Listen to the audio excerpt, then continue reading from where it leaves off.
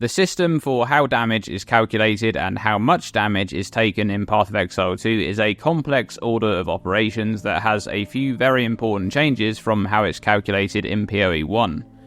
In this video we're going to cover the order and each step in detail, so that it's easier to understand how and when certain modifiers are applied, and thus have a better understanding of how valuable those modifiers are. Step 1. Avoiding the hit. If the damage is a hit, then the hit itself can be avoided. Now, when you hear people talk about avoidance layers, they'll typically be referring to things like evasion or block. However, not all forms of avoidance are calculated at this stage, and that's because some forms of avoidance allow you to avoid a hit entirely, while others only avoid the damage of a hit but the hit itself still takes place. So at this very first step, only ways to avoid the hit itself are calculated. So this includes evasion and the avoidance frames at the beginning of a dodge roll. It also includes any modifiers that provide a chance to avoid a type of hit. So not a type of damage from hits, but the actual type of hit itself. For example, chance to avoid projectiles or chance to avoid melee hits. This is an important distinction because the modifiers that provide a chance to avoid a type of damage from hits are applied much later on, and for a good reason. We'll get onto that soon. So, if successful and you avoid the hit itself, it doesn't progress to step 2. However, if you do not avoid the hit, or if the damage originates from a ground effect or another type of damage over time effect that cannot be avoided, then it moves on to the next step. If a hit is not avoided, this is where any before being hit modifiers are applied, such as the one on Defiance of Destiny. Step 2. Damage calculation. Next, the total damage is calculated, beginning with flat damage. For an attack, the base damage is derived from weapon damage unless it's an unarmed attack, which uses unarmed base damage. For a spell, the base damage comes from the skill gem. Then any added damage, for example from skill gems or from equipment such as rings, is added directly to the base damage to form a final total flat damage. This total is scaled by damage effectiveness, for example the attack damage percentage on attack skill gems. Once the flat damage has been calculated, next comes any relevant damage conversion modifiers. For example, 100% of fire damage converted to cold damage from the unique gloves Blue Flame Bracers. Damage conversion follows a two-step process, with skill type conversion being prioritized in the first step.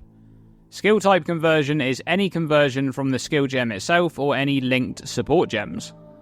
In the second step of damage conversion, secondary conversion modifiers, for example from the passive skill tree or from gear, are applied to the remaining damage. When conversion exceeds 100% in either step, it's scaled down and normalized to be 100%. Following conversion and gain, the damage is then scaled by relevant damage multipliers. Any increases and reductions to damage are added together before being applied. Note that different types of increases and reductions are additive with each other, not multiplicative. For example, increased lightning damage and increased projectile damage. Then, any more or less multipliers to damage are multiplied together and applied. After the damage has been scaled by any damage multipliers, the critical hit multiplier is then applied if the critical hit check was successful when the skill was used. By default, a critical hit from a player character has 100% critical damage bonus for an effective 200% damage hit, or twice normal damage. And a critical hit from a monster has a 60% critical damage bonus by default. If you have any modifiers which reduce the amount of critical damage bonus against you, these are applied at this stage. Now, after all of those calculations, the actual damage range is now known, which means it's now time to roll in that range to get an exact damage number. This is also where any lucky or unlucky damage modifiers are applied, forcing the roll to occur twice, choosing the more favourable or unfavourable outcome depending on which of those modifiers you have. If you have both lucky and unlucky damage, they'll cancel each other out. Lastly, in the damage calculation step, any modifiers for double or triple damage are applied. Step 3. Damage taken as. Any modifiers that you have that shift the damage that you take to be taken as another type are applied at this stage. For example, Cloak of Flame's 40% of physical damage taken as fire damage, or the Infernalist's Altered Flesh Notable. When damage is shifted to be taken as another type, it loses its inherent damage properties, such as damage type penetration. Importantly, damage cannot be shifted more than once, as all modifiers to damage taken as are calculated simultaneously. Before the next step, which is mitigation, at this stage of the calculation, this is when ailments are calculated. The damage is known and the pre-mitigation damage is used to calculate ailment magnitude and chance to be inflicted if the chance is not from static modifiers. Step 4. Mitigation.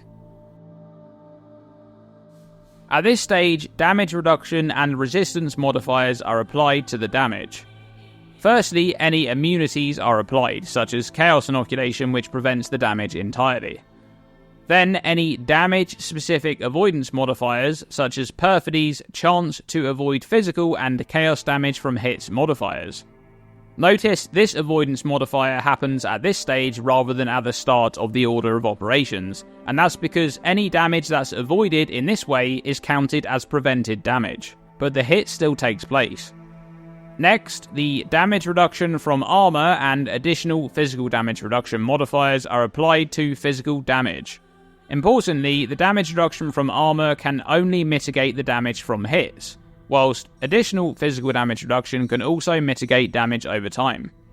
Then, the relevant resistances are applied to elemental and chaos damage, and any modifiers that you have that will make armor apply to non-physical damage would apply the armor calculation to the damage before it's mitigated by resistances, but only if it's hit damage. Another important note here is that resistances and damage reduction are two separate layers, and each have a hard cap of 90%. Step 5. Modifiers to damage taken. At this stage, any modifiers that apply to damage taken are calculated and are applied in a specific order. Firstly, any flat damage taken modifiers, like this one on the Ashrend unique body armor. Then any increases or reductions to damage taken, for example shock, which makes a target take increased damage based on its magnitude.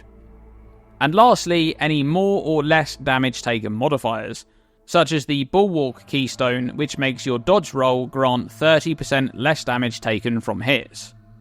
Once again, increases and reductions to damage taken are added together before being applied, while more or less modifiers are multiplied together. Step 6. Stun. At this stage, whether or not a stun is applied and how long a stun will last for can be calculated. Stun is an on-hit effect that interrupts actions and causes a target to be unable to act while stunned. For a hit to stun a player character, the damage needs to exceed their stun threshold, which is based on maximum life by default. Whilst the same is true for monsters, they also have a stun build-up based on the same criteria, which will cause a stun once the build-up exceeds their stun threshold. A portion of stun also builds towards a heavy stun on monsters, but player characters cannot be heavily stunned.